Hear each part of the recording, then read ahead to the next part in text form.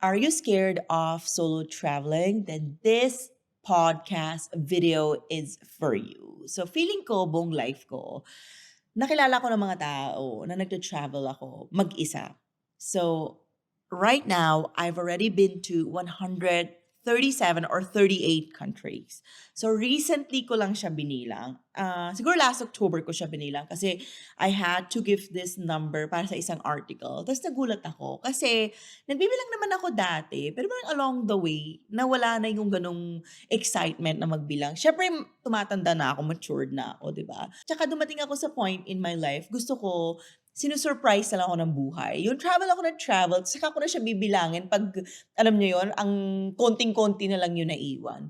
So ngayon, I want to share this energy with people na hindi nakakatakot bumiyahe mag-isa. Though sa simula, sige nakakatakot. Kasi iba-iba tayo ng kinalakihan. Iba-iba yung mga nangyari sa life natin. Kaya hindi naman may iwasan na minsan nakakatakot, di ba?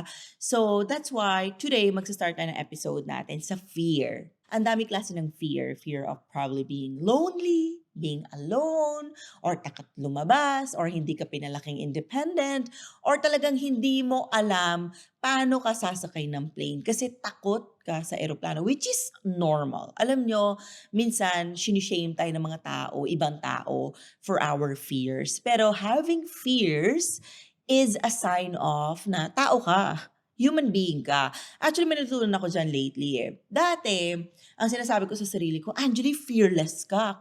Kaya mo yan lahat.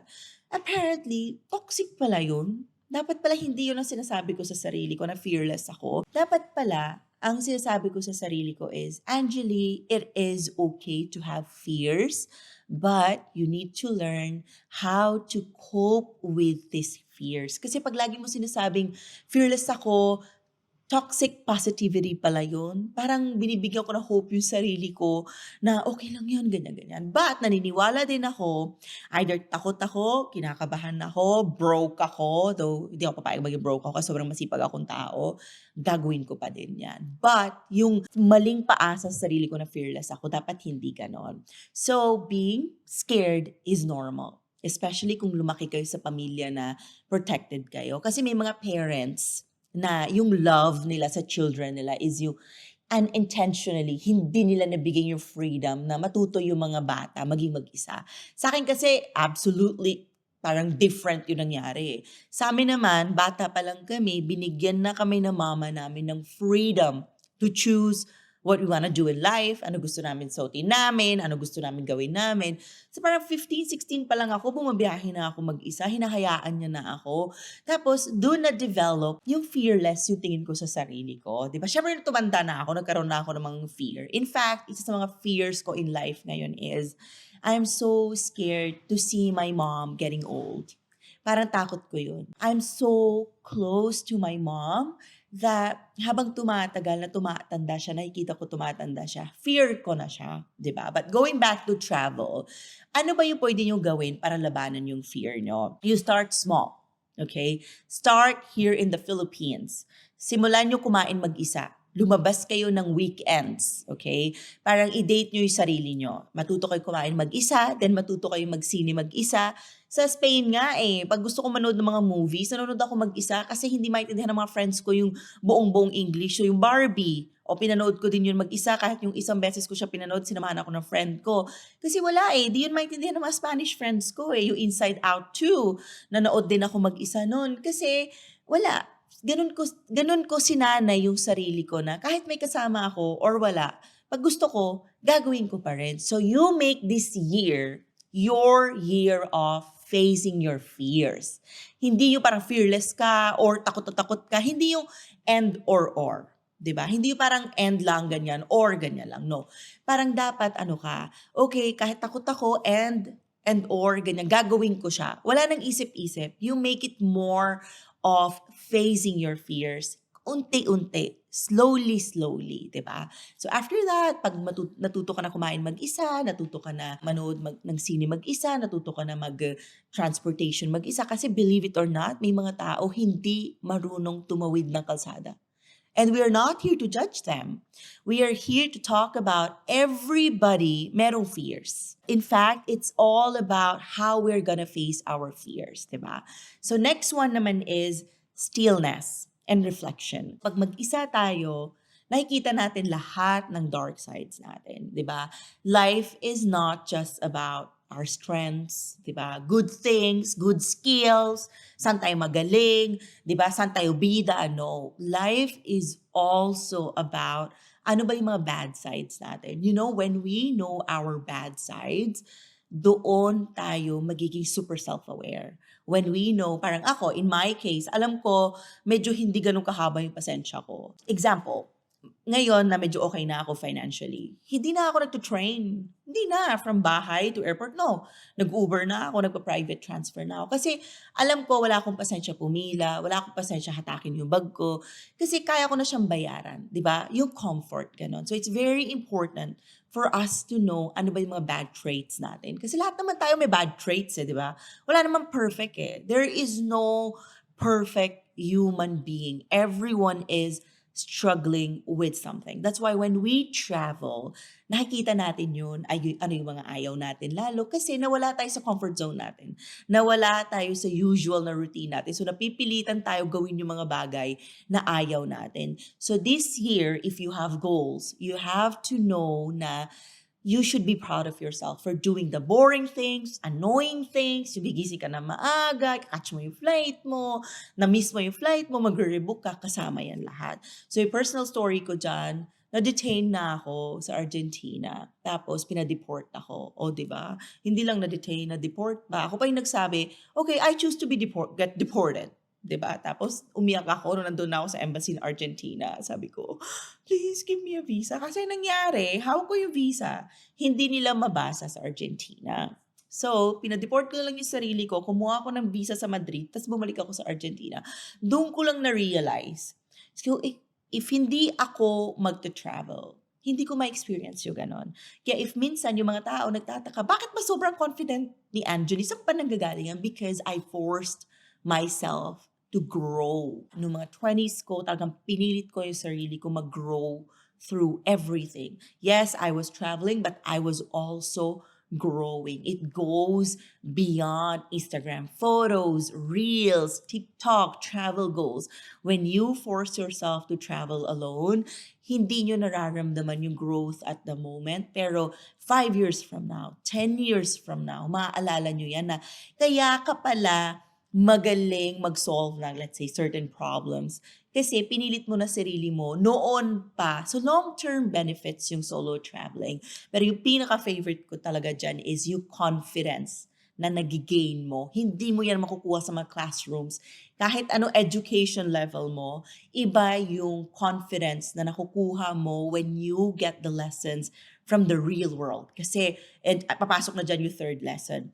You meet people from all over the globe. The moment na sumakay ka sa eroplano, let's say aalis ka ng Manila, hindi lang Filipinos yun nandun eh. Or kahit Filipinos yun nandun, Filipinos from all over the Philippines. Iba-iba yung story, iba-iba yung reason bakit sila aalis. That's why traveling is so beautiful kasi binibigyan ka niya ng new perspective and it makes you realize how small you are, how small your problems are sometimes. Kasi 'di ba pag tayo-tayo lang, feeling natin pasan natin yung mundo, ang laki na problema natin. Tapos pag kumausap ka ng mga tao, malalaman mo, normal lang pala yung pinagdadaanan natin. Lahat pala ng tao minsan pinagdadaanan yung ganun, 'di ba?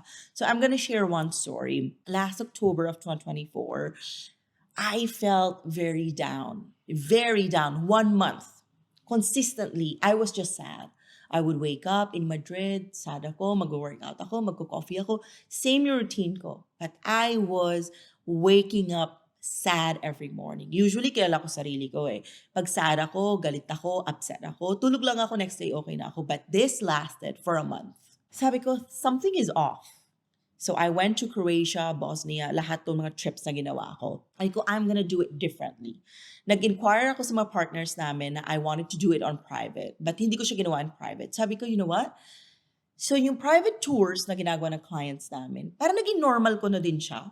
So parang na-bored ata ako. So I went on a trip Ginawa ko siya the way I used to do it nung bata-bata pa ako, mga 20s ko, 21, 22. Nag-take ako ng mga bus from this place to another, binook ko siya, nag-antay ako ng mga bus, sinakay yung mga bags ko sa bus, ganyan. So wala na yung private VIP treatment. Yun pala yung na-miss ko.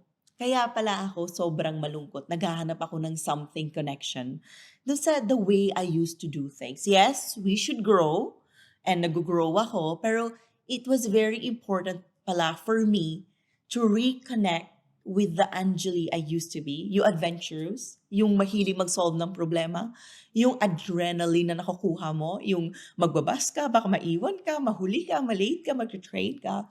So I did that for almost 2 weeks. And after that trip, I felt recharged. Parang bumalik yung dati kong, alam niyo, yung excitement sa travel.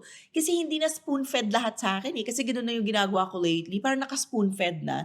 So na-realize ko, yung mga clients namin na enjoy yun. Kasi once or twice or 3 times a year lang nila ginagawa yun. Eh ako, travel for work. Minsan kailangan ko umalis every month. Let's say February, nag-South Africa ako.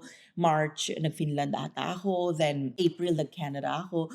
So imagine niyo, naging lahat spoon-fed na yung trips ko. Kaya pala ako na-bored. So na-miss ko yung adventurous side ko kasi ganun ako nag-grow. Ganun ako tumanda na. Di ba? Ganun ako nag-30s. Wow, parang hindi pa naman ako tumatanda ganung level. Ang dami ko pa rin kailangan matutunan. So what I'm trying to say is perspective. Di ba? When we meet people, so sobrang life-changing no trip ko sa Croatia. Ang dami ko nakilalang mga tao nung 2 weeks na yon. Tapos may nakilala ko isang lalaking American sa cooking class ko. Talaga feeling ko na in love ako sa kanya. First kita ko pa lang sa kanya. Sabi ko, my God, type ko to. Pero nag-connect naman kami, but nag-iwan siya ng mark sa akin. Imagine niyo kung nag-private tour ako, yung cooking class ko na yun, mag-isa lang ako. So both parang merong benefits for me. Pag naka-private tour ako, mag-isa lang ako, solong-solo ko yung experience. Pero ibang experience pa rin yung with other people. So, ang dami ko nakilala. Tapos nakakilala din ako ng 3 Filipinos na nurses sila sa UK. And bumalik yung connections na nami-miss ko sa Philippines. Kasi minsan, syempre, October kasi pa winter na eh. So medyo hindi maganda yung weather. So connections. Connections. And there's a study, in fact, yung life pala ng tao, mababasihan natin yung happiness and success sa good connections we can build. And you can build these connections through travel. And hindi nyo siya pagsisisihan, as in the connections you build, hindi lang yung parang connections sa work or yung parang superficial connections lang. You will meet friends na lifetime na sila part ng life nyo. And lastly, yung super favorite ko talaga is, I'm gonna highlight this, even we discussed this already, the person you become after a trip and the confidence. Confidence is the word talaga of this podcast. You become a different person and you become a humble person when you come back home. Kasi may realize mo, kunyari, ganito pala buhay sa Japan. Parang ang ayos. So parang ma-adapt mo siya pagbalik mo. Kasi I have friends, every time nag-travel sila sa Japan, pagbalik nila, dala nila yung parang, yung process na sobra silang maayos, sobra silang malinis, sobra silang organized. So you bring back home these tiny practices na every country. Kaya minsan nalilito na ako, parang, okay, sa Japan ganto, sa US ganto, ano ba yung i-adopt ko? And it's a very beautiful problem na you are confused sa culture na gusto mo i-adopt sa daily life mo. So if there's one thing I want you to remember from this episode is, traveling is scary, yes. Kung takot kayo manakawan, ma-hold up, diba, mawala gamit nyo, pwede rin yan mangyari sa bahay nyo. Pwede rin yan mangyari sa home country nyo. So ako, ang principle ko dyan, if mananakawan din naman ako, if ma-hold up din naman ako, while traveling na lang, di ba? Though I don't wish that for anyone. Pero yun kasi madalas yung fear ng mga tao na baka may mangyaring masama. Just always remember, kahit nasaan ka, kahit nasa bahay ka nga, pwede yan mangyari, di ba? So for me, the purpose of my life is I wanna live it fully. I wanna enjoy it. In fact, yun din yung sinabi ko sa New Year's greeting ko. I wish this year you will have the courage to live the life that you actually want to live. Hindi yung parang one day, takot ka, next day, ready ka na, gawin na natin. This year, let's make it the year that we are gonna do it. Even one step lang. You don't have to travel to 100 countries immediately. Kahit one country per quarter. Or if hindi rin yun, if it's too much, one country solo travel per year. I promise it's gonna change your life. That's all for today's episode. Please don't forget to follow us on our Instagram at Life in Progress PH and our TikTok Life in Progress Pod. And you can watch this episode on my YouTube. Just look for Angelita. That's all, guys. Adios. See you on the next one.